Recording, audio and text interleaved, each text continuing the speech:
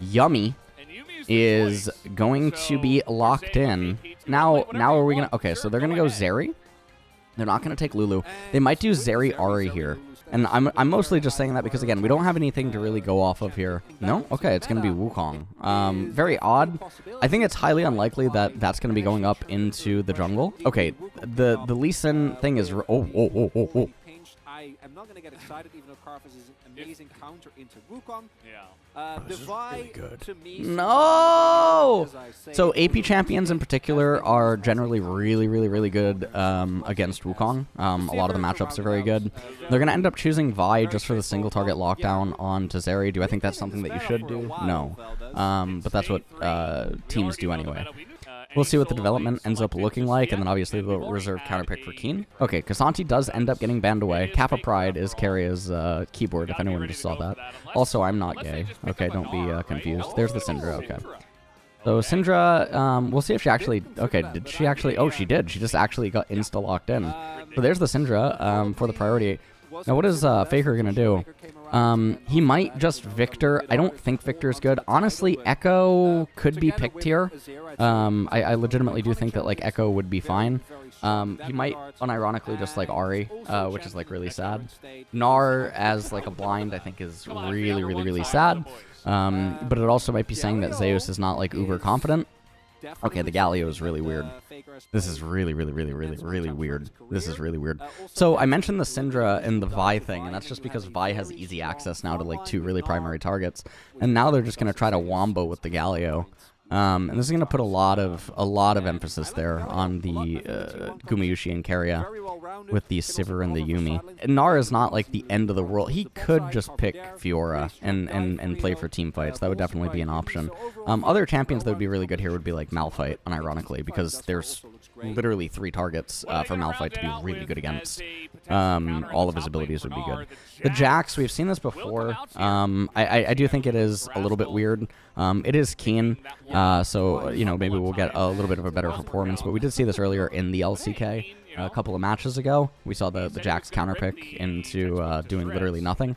At the end of the day, I do think that T1 has a very easy to execute mid to late game team composition.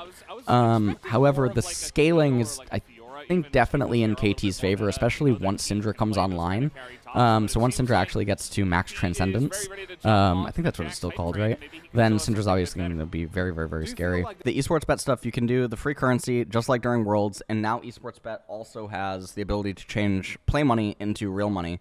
So you can just literally play with Monopoly money. So you can join the esports bet Discord. The first few that join daily get 3,000 VORP giveaways for every single game that you live view, or that I live view. And you also get 50% on your first deposit up to 200 USDT. Amazing. But also, I mean, I'm playing with my own money this time, so unlike Worlds, I'm going to be playing a lot more serious.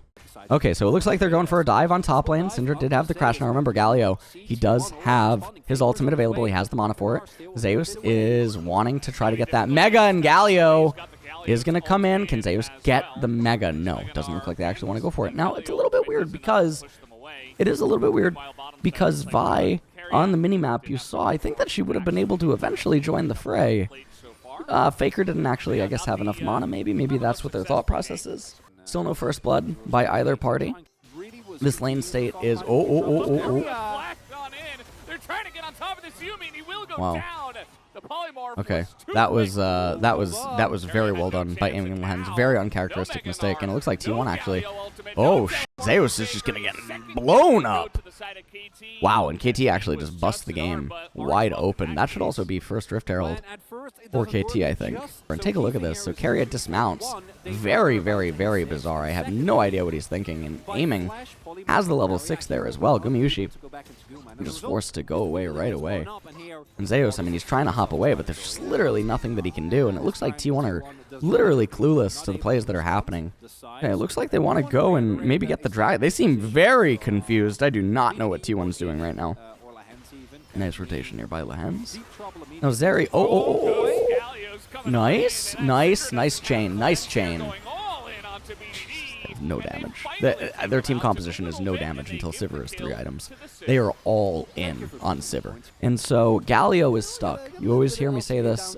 Champions that have to build Zanya's second, it's usually really bad. Now, this is a nice attempt, but they have no damage. Faker is finally in the fray. Aiming is going to be there, and okay. And you see, they just have no damage. They have no damage. They have no damage whatsoever. Oh my lord almighty. They have absolutely no damage. T1 are getting annihilated, and they shouldn't even be looking for stuff like this. Now, they cut me short with that fight.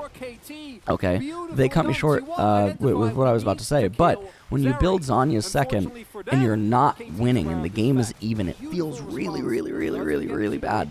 Because when you're building into Zanya's, you effectively have the item. And so when you effectively already have the item and then you complete it, you're stuck on your next item. And especially for Galio, who's not a champion, that gets to keep getting stuff. And just take a look at KT. It's so difficult for them because Gumayushi is just not strong enough. Guma goes in, and he tries to get there onto aiming, and then Keria gets dismounted. Faker is, you know, going golden, but it's such a messy team fight because there's not a whole lot of cohesion with what T1's able to do in this sort of a fight because Zeri was able to go over the wall. And then right now T1 are just, they're not scaled up enough. This is a game where Sivir needs to be at 3 items before T1 can actually start fighting, unless Galio and Vi were able to do a lot of things early on. And with Zeus falling behind Keen early on, and the Jax being inside of the game, the team fights get really, really, really hard. To try to fight this one. Now Owner is going to continue in. He immediately goes down. A little bit of hesitation for the T1 side. KT's like, really? You want to fight us here? I don't know about that, buddy. As now King gets low, but they're just getting into this. KT This game's over. This game is so over. KT going to be able to push through at the very least. Inhibitors are going to be broken. Might even be looking towards the end of the game. If they really want to try this early still. Yep, Aaron could be looking for it. Still 30 seconds of Aaron. I think you go for it. Wow. They're gonna go for the end. They're gonna go for the end. Wow. They're gonna go for the end. This is over. Wow, this is over. Oh, well, hold on, actually. If they get aiming... Oh! Aiming didn't die. Wow, aiming didn't die. Are you fudging serious? Aiming didn't die. Teleport coming in. Teleport coming in. Zeus. Oh, they did it. They took the safest route. They took the safest route. Oh, there comes Galio. Yeah, this is going to be their last stand. Galio does get interrupted there. Look at the damage that they have, man. Or look at the lack of the damage that they have. King gets sent back. All right, 2 more kills. T1 are trying. Now, they're going to get the bounty. They're going to get the bounty dragon. They know that they have to stop it. They know that they have to get that dragon. And I mean, it is going to be a pickup, but guys, this game has gone to hell in a handbasket. Okay, so let's take a look at how this all happens. Why are T1 even trying to go through their right-hand side jungle? The top lane, the bot lane, they're both good. Seed the turret. Give 112 gold over to 4 of the KT members. You're not going to lose the game over 112 gold. You have to wait for them to back up, and then you have to fight them at the Ocean Dragon. This is honestly one of the best things that they could have hoped for. KT could have played this safer. They could have gone through the left right here. They could have definitely gone through the left, and I think that would have been a much safer option. Also, the Galio Slam knockdown cuz. Galio Slam knockdown cuz. A little unfortunate there, and Zeus not able to get there onto aiming. Really unfortunate that aiming lived, if you're a T1 fan, obviously. And so T1, they do end up they do end up getting you know, the ocean, but looks like Owner again randomly in the jungle for no reason, and looks like aiming. Oh, does have to flash, but it don't matter. It don't matter. And you see what I mean? Galio wins a war, pops the Crown of the Shattered Queen. It's such a useless item, such a bad item. It's such a bad item. Do not build this item. It's one of the worst mage mythics in the entire game. Narn has now lost. What on earth? Look at this. Look. Stopwatch. They have no damage. They need Sivir to be so big if they wanted to win this, or they need Vi there. Now the ultimate is coming down. Nice stopwatch uses. Nice flash away by Gumayushi. Has Keria there. Faker trying to do anything that he possibly can. No ricochets are going to be able to come out there.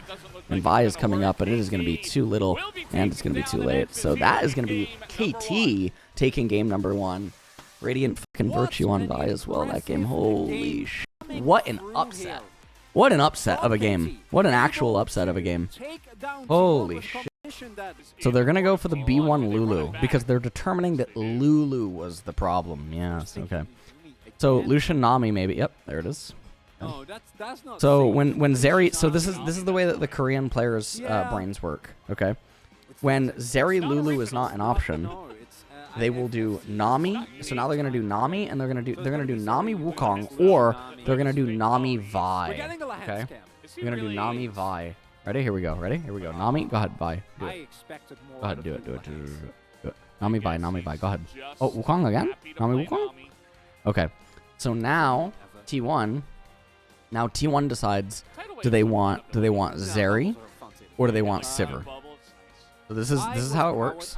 They want Zeri or do they want Sivir? Owner, please pick a magic damage jungler. Please. Please. Just choose an AP champion. Elise is not good. They're going to have Lucian, and then they have Wukong with Clone.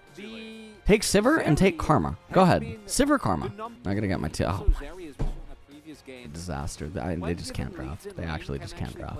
So like a better draft pick, like even in this situation, like you could actually go Evelynn in this spot because you know that Lucian's coming. So you have 3 targets for Eve.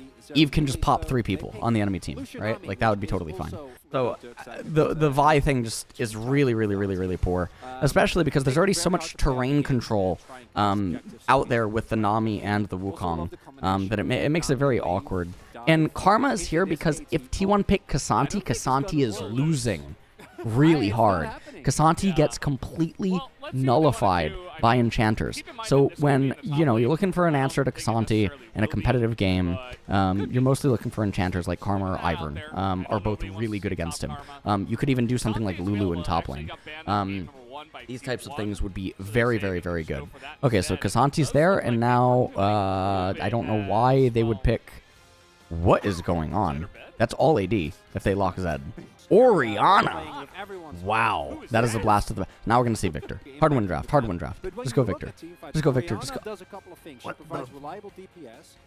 Why? This team composition is forced to do hard engage because they don't have range. They have range in the sense that Sivir has her poke and Yuumi has Q and Orianna has her wall. Right? The problem is that this is not practical range because there's no real engage. The engage is Vi or K'Sante go in with Orianna Ball. That's the real engage off of a Sivir R, right? It's like that. The problem is that Nami literally parts the waters like Moses and creates a lot of disruption, and then Karma with her movement speed and everything, Wukong with Cyclone and everything. It's a really awkward thing. And so T1's draft is very bizarre in that regard. Now the Gnar is really weird because you're going into them when you didn't have to. They could have just sent Karma top lane, and they could have had Karma go like tank utility or something, completely nullify K'Sante, and then they could have chose Victor, and they could have had more range and even more control with Gravity Field and Chaos Storm. And it just makes no sense whatsoever. It's a complete draft blunder to go Gnar into K'Sante there and then send Karma into mid lane. It's a really big draft blunder.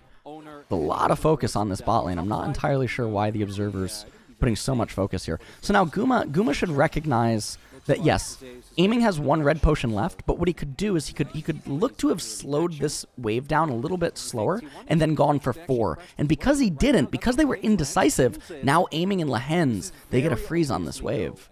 And now because of that, Guma, Yushi, and Keria are forced to stay. And so Guma and Keria should have acknowledged that a cheater on 3 wasn't possible because of the way that they played the wave, and so they should have actually been slower with that Q by Guma, and they should have gone for cheater on 4. Huz coming down here is not going to be able to find anything. He's actually just giving more gold. Okay, so Owner, take a look here. First blood for T1. Very good. Oh, Faker. Oh, they're gonna back off. Will things happen, Veldas? That's the question. Faker? What is going on here? He does have R. A nice little lockdown in the ult from Faker. He's going to have to try to flash away, perhaps, as he's trying to get what are they doing? Towards the Yuumi. Is going to get a nice little What the hell is going on here? He might be the one that has to flash. No, the turnaround. Oh my god, the exhaust by Keria! Take out Faker and fails. He's got a tiny oh, the heal! BDD! Karma! Enchanters are great! Oh, that hurt my throat. Oh, that hurt my throat. Oh, that hurt my throat. Oh, that hurt my throat. The dragon did not end up being captured, but all things considered, that was massive for KT. That was really big for KT. Super. Oh, Faker! Has to flash away there. Now, this is a huge win because Karma has Ionian boots.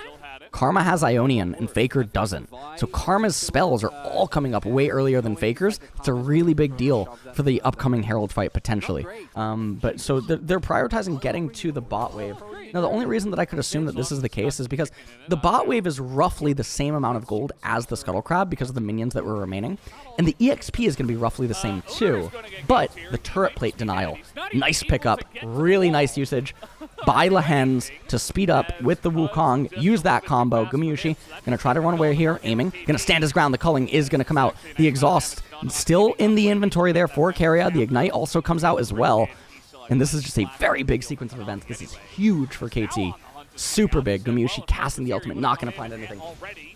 Not going to find it. Oh, this is bad. That's bad. As soon as he used Relentless Pursuit, as soon as he used it, it was so obvious. Guma, God, going forward. BDD is now coming. BDD coming around with Cuz. Cuz is there. Keria looking for the suicide. Guma trying to get that cannon before he's able to get it. Now, he does get the EXP, and Faker gets a lot of chip damage, but that Relentless Pursuit was really, really, really griefing. It was really griefing. They had everything that they could have wanted. They had everything. Now, you take a look, though. Is it really that different? No, the game state is not that different. The 80 carries are both similar still in power level, and because Yuumi has another dog piss item, I would not, I wouldn't even take a shit on Shurelya's, okay? With these types of team compositions. You have Vi, who's stationary, Orianna with Command Dissonance. You have Sivir with her ultimate. She has heal this time and not Ghost, so it's a little bit more reasonable, but still it should just be the Moonstone. And now Karma trying to power towards that Seraph's Embrace. It looks like Faker is actually going to be going at second as we do move forward. Oh, Owner does get found! In the ultimate, a little bit late. Cuz doesn't have Cyclone there. This could be a little bit scary. They're trying to re-go back in. Faker with the R. And that was a little unfortunate. The ultimate late there by Lehens. Okay, so Faker, by the way, now actually has the highest assists ever, and it does not actually look like KT are going to be able... Wait, is he going to... No, he's not going to go for it. And I actually don't know what on earth Cuz is trying to do. I don't know why he engaged like that. That was a very bizarre... I do not know what they are trying... Wait, what is T1... Wait, what is going on? Aiming, just roots himself. Cuz not able to do enough. Oh my... Boner! Oh, almost. BDD just does not have enough damage. BDD does not have enough damage. Oh my god, Faker does end up flashing away Zeus. Wants to go over the wall. Oh, BDD now going to be trying to run for his life. Oh!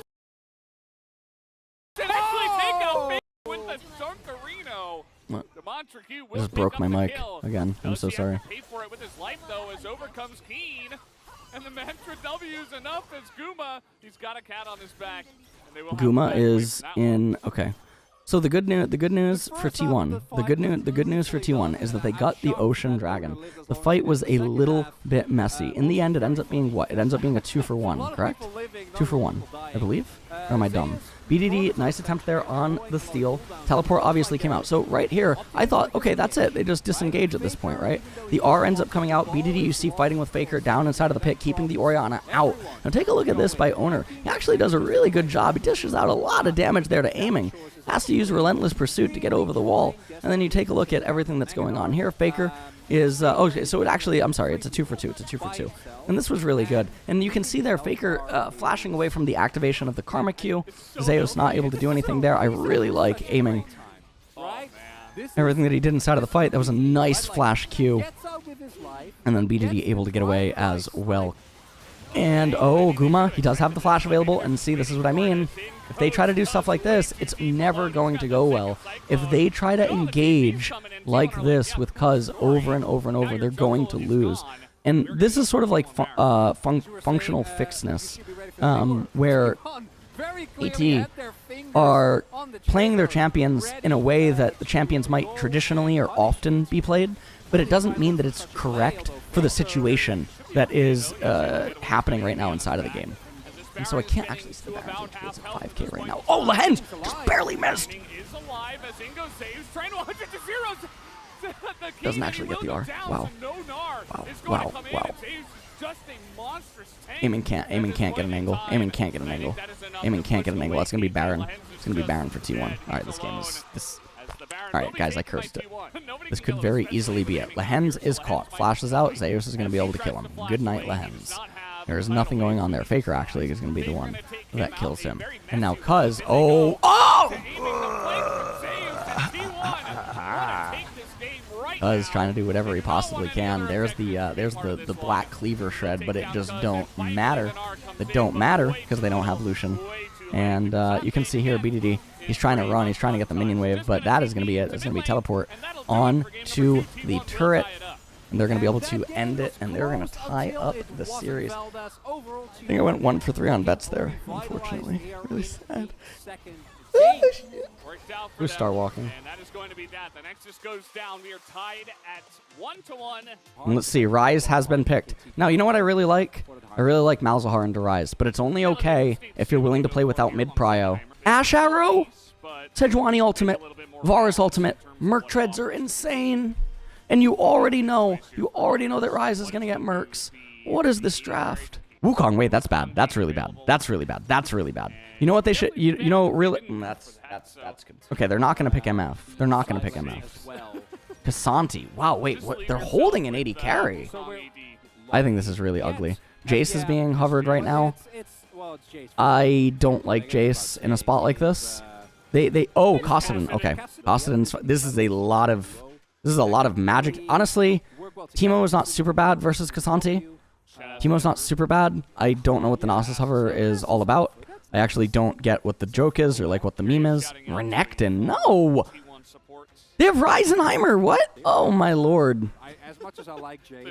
Oh my lord. So I'm actually curious what the 80 carry is going to be. I genuinely don't know. This is awful. This is like, they are so unprepared for this draft. KT are so unprepared. There's no universe in well, honestly, you know what? You know what would be really interesting? Is if BDD took Ryze bottom and then aiming went mid on Zeri versus Kassadin. That would be very interesting. On the Kassadin, again, he did start the cookies, and so I mean, I guess with Seraphs and stuff, he gets a little bit of value, right? Very, very, very little amount of value, but I mean, it is something, right? Okay, so let's take a look here at what is going to happen. Zeus. Oh, Cuz. Oh, really good. Oh, no. Someone auto him. First blood. Owner gonna take him down as he is extremely low, and now the rotation will be coming in. Are they gonna have to execute? They're gonna have to execute. Gonna have to look for the execute. Yeah. And Realm Warp for sure, just to make some vision as no. Oh my God! Oh, it's a disaster. He got the XP. He got the EXP, but it doesn't matter. Faker got everything. He's able to be in mid lane with zero pressure on Kassadin, get to level 6, save his teleport, and he's able to shove in this. Oh, actually, hold on. He might die. He might die. Oh, he walk forward. It's a blunder. He doesn't know that Heimerdinger's missing. Oh, it's a huge disaster. This was not communicated. BDD has flash. It's over. All that he needed is now BDD just follows up with a flash and okay. Waiting for the reset here on the mana for Faker's ult, and he actually gets away for now. He's not going to go for execute, though. They're going to spot him, yeah. Cuz is coming over, and now, yep, the reset of the mana on the ult. So Faker still very low, but he cannot execute, so Cuz should be able to clean this one up. Yes, he will. 300 gold over to the KT jungler. This will lead to... Okay, guys, okay. Listen. We had a bit of an incident. Okay, we had a little bit of an incident. Okay, the Ash Arrow is going to come out. It's going to scout everything. And it looks like KT, they want to be the ones that actually start up this Rift Herald. Keen now going to move down. He has the Ninja Tab Eyes, and so there's a lot of value here on mobility. A lot of value on mobility. BDD's dead. Doesn't have Realm Warp. It's all over. I have no idea what he was doing. They give it to Faker. Really good. And it also looks like, they're going to be able to come over here. And Faker has the Ghost, I think. I think that he was just using Ghost. And so this is looking pretty good right now for T1. Everyone else in the game is doing relatively okay. Ash is going to be able to stop the recall there. Ultimate goes out onto Lehens. Another R on the follow-up, another ultimate, and it looks like Lehens is just going to be picked up there by Gumayushi. This game is totally over. So, let us sequence this. for the game duration bet. And so now we get 17 minutes, and then we get 23 minutes, and it's Ocean Soul, so then we're going to get a Baron. KT's team composition is okay at stalling. So I think that they're okay at stalling because they have Rise and they do have Heimerdinger. So we're mostly looking at the 30 minutes or under bet right now, or at least I am, etc. Still no Rod of Ages yet. Glass, I think, almost just broke. Okay. And nice Faker getting the kill as well onto Cuz. Kassadin getting all these kills really good. Owner is going to get that Rift Herald. He's going over. He's getting the Honey Fruit. Rift Herald is being summoned. And now he's coming back. And you can see he's about 40% mana right now. Ash Arrow is going to collide. And it is going to be real. And it will go on the Wukong. He does not get the Cyclone. Zeus goes in there. Rips open Keen. Faker ends up getting it. The Rift Herald actually going to interrupt the movement. And that's going to be another nice follow-up from Owner. And a double kill. And my voice is totally fucking dying. Holy shit. It feels like I'm deep-throating a fucking barbed wire baseball bat. Holy shit. Holy shit. Turned into Negan. Oh my lord. It looks like Rise is going for the Realm Warp. Cuz is there as well. Keria is going to die. And, actually, hold on. Owner with the R! And it's going to explode, and Guma's here. Faker is going to be able to clean all of this up, I do believe. Force Pulse is going to come out soon, and look at the damage! Triple kill, right? Triple kill. Holy shit, balls of fire. Holy shit, balls of fire. Oh my lord. Okay, well, we are at 14 right now. And everything's going to be fine that way. Chanted Crystal Hour goes off onto Kassanti. Wow, the damage. Force Pulse comes out, and look at Zeus, look at the damage. Wukong not there, he has to recall right now, and he's not going to be able to. And Lehen's now. And Cuz just going to sit there on the fountain. That is going to be the end of the game. And yeah, that's going to be it for T1. So it's going to be a 2-1. Very, very, very impressive, dominating third game by T1. Very bizarre game 1 and 2, all things considered. However, a good showing for KT, I would say, at the end of the day. I would say that's a really good showing for KT at the end of the day. I don't know what you guys think, but I think it was pretty good. It's under 30. It's under 30. All right, we're positive today. We're positive.